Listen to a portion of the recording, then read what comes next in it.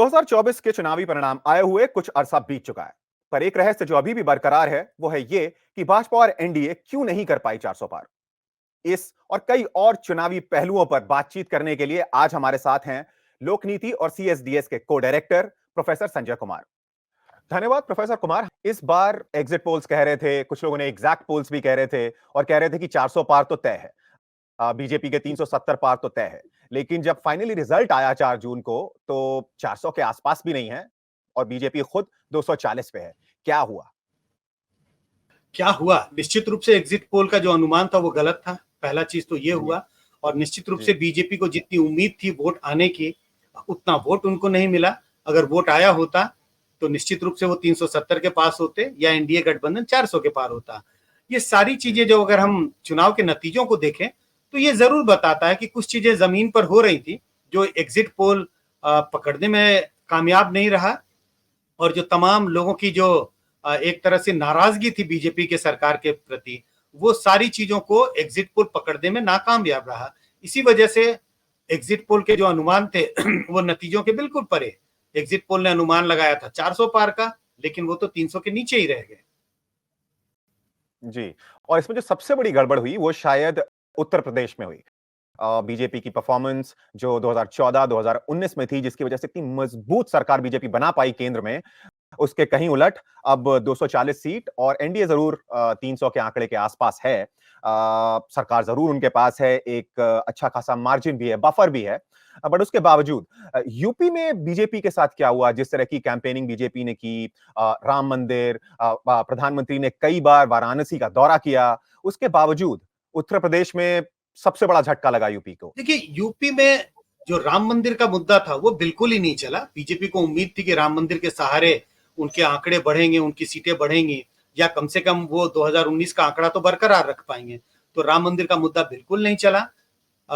BJP ने जो नारा दिया था, प्रधानमंत्री नरेंद्र मोदी जो नारा दिया 370 पार, 400 पार, और साथ ही साथ प्रधानमंत्री मोदी ने यह भी कहा था कि तीसरे टर्म में जब वो प्रधानमंत्री बनेंगे तो कुछ कड़े फैसले लिए जाएंगे। इंडिया गठबंधन लोगों ने के नेताओं ने इस बात को लेके कैंपेन शुरू किया कि भाई सरकार बनाने के लिए तो 275 की जरूरत होती है, 272 की जरूरत होती है, लेकिन बीजेपी का अनुमान है या बीजेपी चाहती है कि उन्हें 370 सीटें आए।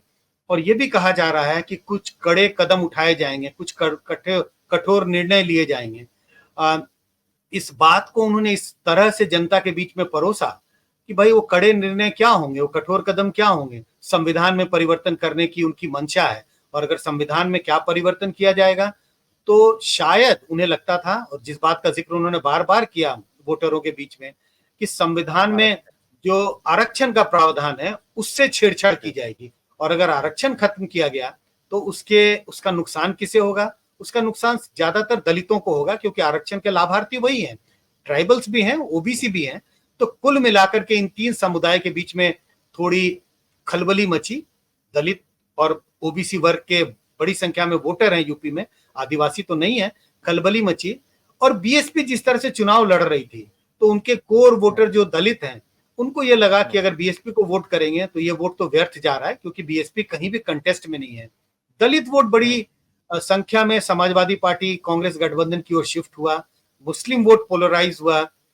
और जिस तरह से अखिलेश यादव ने टिकट बंटवारा किया, आपको ध्यान होगा इस बार उन्होंने गैर यादव ओबीसी समुदाय के कई कैंडिडेट को टिकट दिया, और इस कारण से गैर यादव ओबीसी समुदाय के वोटर भी उनकी तरफ शिफ्ट हुए। तो ये पूरी गोलबंदी की उन्होंने जो सामाजिक समीकरण एक बनाया, जिस मुद्दे के सहारे वो पिछले 1-2 साल से कैंपेन कर रहे थे कि पीडीए, उस गठबंधन को उन्होंने शेप दिया और वो ग्राउंड के लेवल पे एक हकीकत बनती हुई दिखाई पड़ी। इस कारण बीजेपी को बड़ा झटका लगा यूपी में। जी। और आरएलडी के साथ का जो गठबंधन था, बहुत लोग प्रश्न कर रहे थे कि क्यों कर रहे हो आरएलडी से गठबंधन। बट जब रिजल्ट आए तो बीजेपी ने लाख लाख शुक्र मनाया होगा कि आरएलडी से गठबंधन कर लिया, क्योंकि आपका जो सीएसडीएस लोकनीति का सर्वे है उसके नंबर्स तो यही दिखाते हैं। हाँ बिल्कुल। देखिए, जब बीजेपी गठबंधन कर रही थी तो कई बार ये सवाल उठाए जाते थे कि भाई क्यों गठबंधन कर रही है। बीजेपी के वोट प्रतिशत 1% कम हुआ, उनकी सीटें भी कम हुई, लेकिन इस बात का हम नकार नहीं सकते कि बीजेपी को जमीनी हकीकत की एक तरह से आहट थी और उन्होंने छोटे छोटे गठबंधन किए।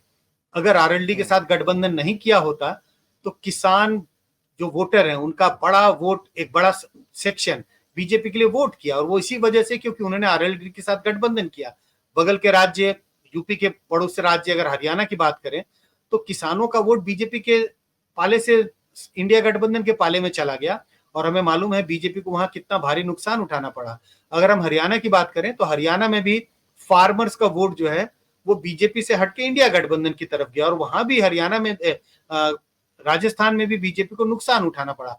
अगर यूपी में बीजेपी ने आरएलडी के साथ गठबंधन नहीं किया होता तो बीजेपी को और नुकसान होता। आरएलडी के साथ गठबंधन करने से किसानों का वोट को अपनी ओर साधने में बीजेपी सक्सेसफुल रही, और इसी वजह से बीजेपी का जो प्रदर्शन आपको दिखाई पड़ता है उसमें आरएलडी के साथ जो गठबंधन है उसका एक बड़ा योगदान है। अच्छा, आपने जो प्रश्न का उत्तर दिया, उसमें एक और विडंबना उभर के आती है कि अभी हाल-फिलहाल में राजस्थान में असेंबली इलेक्शंस हुए थे, विधानसभा के चुनाव हुए थे। उसमें बीजेपी ने ज़ाहिर-सी बात है सरकार बनाई, कांग्रेस इलेक्शन हार गई और उसके बावजूद कुछ दिन बाद लोकसभा के इलेक्शन जिसमें वोट अभी तक तो प्रधानमंत्री मोदी के नाम पर पड़ते आए हैं, उसमें बीजेपी की जो परफॉर्मेंस है, वो उतनी अच्छी नहीं रही। बिल्कुल, आप देखें, अगर राजस्थान की बात करें तो विधानसभा के चुनाव में भी आप देखेंगे कि कांग्रेस का प्रदर्शन बहुत अच्छा रहा था। चुनाव वो हार गए, लेकिन लोकसभा में उनका हाँ, प्रदर्शन और सेकंड बेहतर रेंज में रहा। थे। हाँ, इसकी वजह बहुत साफ थी कि लोकसभा के चुनाव में उन्होंने छोटी-छोटी पार्टियों के साथ गठबंधन किया, लेकिन विधानसभा के चुनाव में उनका गठबंधन नहीं था। उन्होंने छोटी पार्टियों के साथ गठबंधन नहीं किया। इसका नुकसान विधानसभा के चुनाव में कांग्रेस को हुआ, लेकिन जिस तरह से उन्होंने छोटी-छोटी पार्टियों के साथ गठबंधन किया राजस्थान में, लोकसभा में, उसका फायदा मिला। दलित वोट तो फिर भी बीजेपी के पक्ष में ही रहा राजस्थान में, लेकिन राजपूत समुदाय के वोटरों का वोट शिफ्ट हुआ, किसानों का वोट शिफ्ट हुआ। इस कारण से बीजेपी को राजस्थान में नुकसान उठाना पड़ा। प्रधानमंत्री मोदी के जो वोट लेने की बीजेपी की जो क्षमता है, बीजेपी के पक्ष में बड़ी संख्या में मतदाता प्रधानमंत्री नरेंद्र मोदी के नाम पर वोट देते हैं। लेकिन अगर हम राज्यवार अगर अलग-अलग राज्यों को देखें या 2019 से तुलना भी करें तो प्रधानमंत्री मोदी की जो एबिलिटी है, जो उनकी क्षमता है वोटरों को अपनी ओर मोल्ड करने की, उसमें भी कमी दिखाई पड़ती है 2019 के और 2024 की अगर हम तुलना करें, आंकड़ों की तुलना करें तो। जी। पर सर्वे के बाद क्योंकि अब आपके पास डेटा है, आप उसको देख सकते हैं और आपने ज़ाहिर-सी बात है उसको बहुत सूक्ष्मता के साथ देखा भी होगा। तो अगर आप कोई 3 बड़ी वजह गिनाना चाहें जिसकी वजह से जो फाइनल परिणाम आया, वो जो आया वो आया? देखिए, पहले पहली बात, ये पहला चुनाव था कई सालों के बाद हमने देखा कि बीजेपी एजेंडा सेट नहीं कर पा रही थी। हमने कई चुनाव हुँ, में देखा बीजेपी एजेंडा सेट करती थी और विपक्ष हुँ। या तो उस पर रिस्पॉन्ड करता था या यूं कहूं कि हाँ, विपक्ष रिस्पॉन्ड करते हुए धाराशायी हो जाता था। ये धाराशायी हो पहला जाता था। चुनाव था जिसमें एजेंडा सेट कर रही थी विपक्ष और उसको हुँ, रिस्पॉन्ड कर रहा था बीजेपी। वहीं से आहट मिल रही थी कि चीजें ठीक हुँ, नहीं है, सारी चीजें हुँ, ठीक नहीं है बीजेपी के लिए। दूसरी बात, जिस तरह से मुद्दों को विपक्ष की पार्टियों ने जिस तरह को मुद्दों को उठाया और जमीनी तौर पर जनता के बीच में प्रचार किया, वैसा पहले कभी होता हुआ दिखाई नहीं पड़ा। बेरोजगारी और महंगाई के मुद्दे को जिस तरह से विपक्ष ने उठाया और जनता के बीच में प्रचार किया, उस तरह की चीजें हमें पिछले 4-5 साल में होती हुई दिखाई नहीं पड़ी। अ, अगर हम संविधान बचाओ, लोकतंत्र बचाओ की बात करते हैं, मुझे लगता था ये किताबी बातें हैं, इन सब बातों पर चुनाव जीता नहीं जा सकता। लेकिन इन मुद्दों जी। पर भी जिस तरह से विपक्ष ने कैंपेन किया और बीजेपी को एक कटघरे में खड़ा किया, ये सब बहुत नई बातें हो रही थी इस चुनाव में, और इन्हीं नई बातों के कारण चुनाव का परिणाम जो है, वो जो आकलन किया जा रहा था उससे काफी परे आया।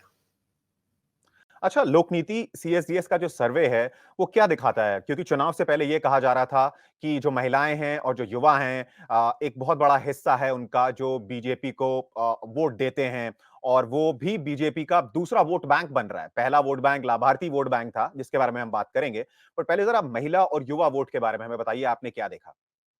देखिए, मुझे लगता है ये ओवर स्टेटमेंट है कि महिलाओं का वोट बीजेपी की तरफ जाता है। अलग-अलग राज्यों में देखें तो महिलाओं का वोट जी। अलग-अलग पार्टियों के पक्ष में जाता है। अगर बंगाल की बात करें तो वहाँ तृणमूल कांग्रेस को महिलाओं का वोट बड़ी संख्या में मिला। कर्नाटक की बात हुँ, करें तो वहाँ कांग्रेस को मिला। अगर हम उड़ीसा की बात करें तो वहां महिलाओं का वोट बीजेडी और बीजेपी के बीच में बटा हुआ था। बिहार में महिलाओं का वोट का जो टिल्ट है वो बीजेपी गठबंधन के पक्ष में है, लेकिन अगर हम यूपी की बात करें तो वहां महिलाओं का वोट समाजवादी पार्टी कांग्रेस गठबंधन के पक्ष में था। मध्य प्रदेश की बात करें तो महिलाओं का वोट बड़ी संख्या में बीजेपी के पक्ष में गया, वो बटा हुआ दिखाई पड़ता है। युवाओं की अगर हम बात करें तो युवाओं का वोट भी ऐसे ही बटा दिखाई पड़ता है, लेकिन जिस तरह का टिल्ट महिलाओं के वोट में दिखता है वैसा टिल्ट युवाओं के वोट में नहीं दिखाई पड़ता। 2019 की तुलना में 2014 का चुनाव था जिसमें युवाओं ने बढ़ चढ़ कर हिस्सा लिया। प्रधानमंत्री मोदी की पॉपुलैरिटी उनमें बहुत ज्यादा थी और उन्होंने बीजेपी के लिए बढ़ चढ़ कर वोट किया। वैसा माहौल 2024 के चुनाव में देखने को नहीं मिला। 14 और 24 के चुनाव में युवाओं का जो रुझान बीजेपी के प्रति था वो काफी बदला बदला सा दिखाई पड़ा। आंकड़े बहुत साफ इस बात की ओर इशारा करते हैं।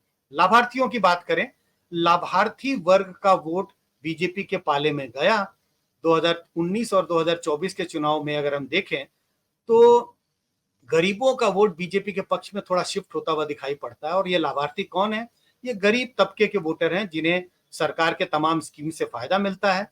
तो लाभार्थियों का वोट तो काफी हद तक सरकार के पक्ष में गया। अगर ये लाभार्थी वर्ग नहीं होता, अगर ये सरकार की स्कीमें नहीं होती, अगर ये मुफ्त अनाज का स्कीम नहीं होता, शायद बीजेपी को और बड़ा नुकसान हो सकता था। तो आप कह रहे हैं जो अब शायद आने वाला चुनाव होगा, अगर ये सरकार अपना पूरा टर्म कर पाती है तो कर लेना चाहिए क्योंकि उनके पास अच्छा खासा बफर है, लगभग 300 के आसपास है। तो ये जो स्कीम्स अभी तक चलती आ रही थी जिनके लिए एक दूसरे पर लोग आरोप लगा देते हैं, एक पार्टी फ्री बिजली देती है, दूसरी पार्टी कहती है हम फ्री अनाज देंगे और एक दूसरे को रेवड़ी देने वाला बोल देते हैं। ये भारत की राजनीति से कहीं जाने वाला नहीं है हाल फिलहाल में, अगले चुनाव में तो बिल्कुल नहीं बिल्कुल, जाने वाला है। बिल्कुल मुझे नहीं लगता है जाने वाला है। सिर्फ ये देश की राजनीति की बात नहीं, अलग-अलग राज्यों की राजनीति को भी देखें, चाहे किसी भी जी। पार्टी की सरकार हो, सारी पार्टियां अब लाभार्थी वर्ग को अपनी ओर लुभाने की कोशिश कर रही है, तमाम स्कीमों को लाया जा रहा है। इस पे कोई रोक लगता हुआ मुझे दिखाई नहीं पड़ता। मुझे लगता है आने वाले 5 साल में इसमें इसकी रफ्तार थोड़ी तेज ही होगी, धीमी रफ्तार होती हुई तो मुझे दिखाई नहीं पड़ती। जी। अच्छा, और मेरे आपसे आखिरी 2 सवाल। पहला उनमें से ये कि अगर कांग्रेस और बीजेपी को सीएसडीएस लोकनीति का सर्वे देखकर, डेटा देखकर अगर कोई सीख लेनी हो, तो वो सीख क्या होगी? एक बीजेपी के लिए, एक कांग्रेस के लिए? सीख क्या लेनी होगी? कांग्रेस के लिए जी। सीख यही है कि अगर आप मुद्दों के सहारे जूझते रहें, लड़ते रहें, अगर आप हुँ, मुद्दों को सचमुच फोरग्राउंड करना है, तो मुद्दों को छोड़े नहीं। क्योंकि कई चुनाव में हमने देखा कांग्रेस अ, बेरोजगारी और महंगाई का मुद्दा लेके आती है सामने और फिर हट जाती है उससे, क्योंकि बीजेपी एजेंडा सेट कर रही थी और बीजेपी के एजेंडा पर आपको रिस्पॉन्ड करना पड़ रहा था। तो मुद्दों के सहारे टिके रहेंगे तो जनता आपके साथ आएगी, जैसा होता हुआ दिखाई पड़ा 2024 के चुनाव में। बीजेपी के लिए जी। दो तरह के मुद्दों के सहारे बीजेपी चुनाव लड़ती रही है। एक बड़े मुद्दों को लेके आती है, बड़ा मुद्दा, राष्ट्रवाद का मुद्दा, नेशनलिज्म का मुद्दा, हिंदुत्व का हुँ, मुद्दा। और जो आम जीवन के जो घटनाएं होती है, आम जीवन की जो चीजें होती है हमारे आपके आम लोगों के जीवन में, जैसे महंगाई, बेरोजगारी, उनको उन्होंने काफी हद तक नजरअंदाज किया। मुझे लगता है सबक उनके लिए यह है, आप बड़े मुद्दों को लेके आए।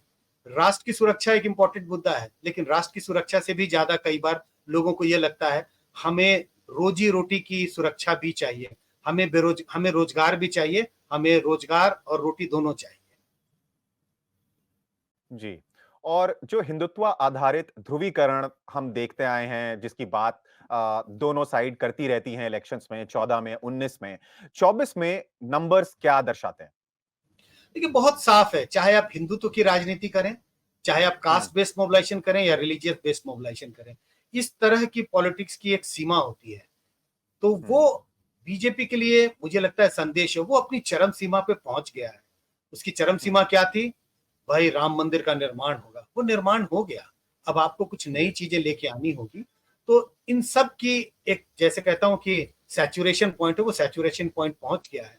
आपको याद होगा 15 साल तक बिहार में लालू यादव का राज रहा है, आरजेडी का राज था और उन्होंने बहुत जबरदस्त तरीके से गोलबंदी की थी जातिगत मोबिलाइजेशन पे।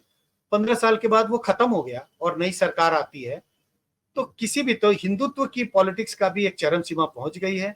आपको वोटरों को कुछ नई चीजें देनी होगी। सिर्फ हिंदुत्व के सहारे आप अब चुनाव जीतने में, जिस तरह से आपने 19 का या 14 का चुनाव जीत, उतना उस तरह से अब आप चुनाव नहीं जीत सकते। हाँ, और अब इसका फ़ायदा आपके विरोधियों को हो रहा है, क्योंकि जो मुस्लिम वोट है वो एकमुश्त पश्चिम बंगाल में ममता बनर्जी को बिल्कुल, पड़ता है। बिल्कुल। देखिए जैसा मैंने कहा, जब पोलराइजेशन की पॉलिटिक्स होती है तो कभी आपके फायदे में जाएगा, कभी दूसरी पार्टी के फायदे में जाएगा। और आपने देखा इस बार ऐसा नहीं है कि बीजेपी चुनाव हार गई, उनकी सीटों में गिरावट आई है, क्योंकि कई राज्यों में आपने जिसका जिक्र किया मुस्लिम वोट शार्पली पोलराइज्ड हुआ आपके खिलाफ। यूपी की बात करें, बिहार की बात करें, बंगाल की बात करें, ऐसे कई राज्य हैं जहां पर मुस्लिम वोटों का भी ध्रुवीकरण बहुत जबरदस्त हुआ, इतना जितना पहले कभी देखने को नहीं मिला। और उसका खामियाजा बीजेपी को भुगतना पड़ा कई राज्यों में, कई कंस्टिट्यूएंसी। और मेरा आखिरी सवाल, ये लोकसभा बहुत दिलचस्प होने वाली है क्योंकि अपने राजनीतिक जीवन में जब से प्रधानमंत्री मोदी के पास पावर आई, चाहे वो गुजरात में हो लगातार 3 टर्म्स, फिर उसके बाद चाहे केंद्र में हो, पहली बार ऐसा हो रहा है कि उनके पास एक तरफा जो ताकत हमेशा रही है वो नहीं है इस बार। तो किस तरह की लोकसभा आप देखते हैं, किस तरह की राजनीति होने वाली है आने वाले 5 वर्षों में? देखिए, इस बात की बड़ी चर्चा हो रही है कि घमासान होगा, जी। बिल्कुल चल भी रहा है, चल भी रहा है, कॉन्टेस्ट नीट से होगा। शुरू हो गया है। हाँ, हाँ, मुझे लगता है हमें अपेक्षा करनी चाहिए कि एक ऐसा लोकसभा है जिसमें विपक्ष मजबूत नंबरों से आया है और रूलिंग पार्टी के भी मजबूत नंबर है। हमें अपेक्षा करनी चाहिए कि किसी भी बिल पर गहन चर्चा होगी, चर्चा का स्तर ऊपर होगा। और वो तो दुर्भाग्यपूर्ण होगा कि अगर दोनों के नंबर एक जैसे हैं या बराबर हैं तो हमेशा घमासान ही होता रहे। ये तो लोकतंत्र के लिए एक तरह से कोई अच्छा संदेश नहीं होगा। मैं उम्मीद करता हूं कि जिस भी मुद्दे को लाया जाएगा लोकसभा में, तो कई बार ऐसा होता है जब एक पार्टी की बड़ी बड़ी बहुमत होती है तो उस पर चर्चाएं कम होती हैं। अपेक्षा यही जी। करता हूं कि चर्चाएं गहन होंगी और जो कानून नीतियां बनाई जाएंगी वो थोड़ा ज्यादा सोच समझकर या सोच विचार से बनाई जाएगी। हाँ, और कम से कम 146 मेंबर ऑफ पार्लियामेंट्स को एक साथ हटा नहीं दिया जाएगा, सस्पेंड नहीं कर दिया जाएगा। तो बहुत-बहुत शुक्रिया हमसे बातचीत करने के लिए प्रोफेसर कुमार, आपसे बात कर बहुत अच्छा लगा। ये जो मिस्ट्री थी कि क्या हुआ 2024 के चुनाव में, आपने कई पहलुओं पर प्रकाश डाला। हमसे बात करने के लिए बहुत-बहुत धन्यवाद प्रोफेसर कुमार। Thank you.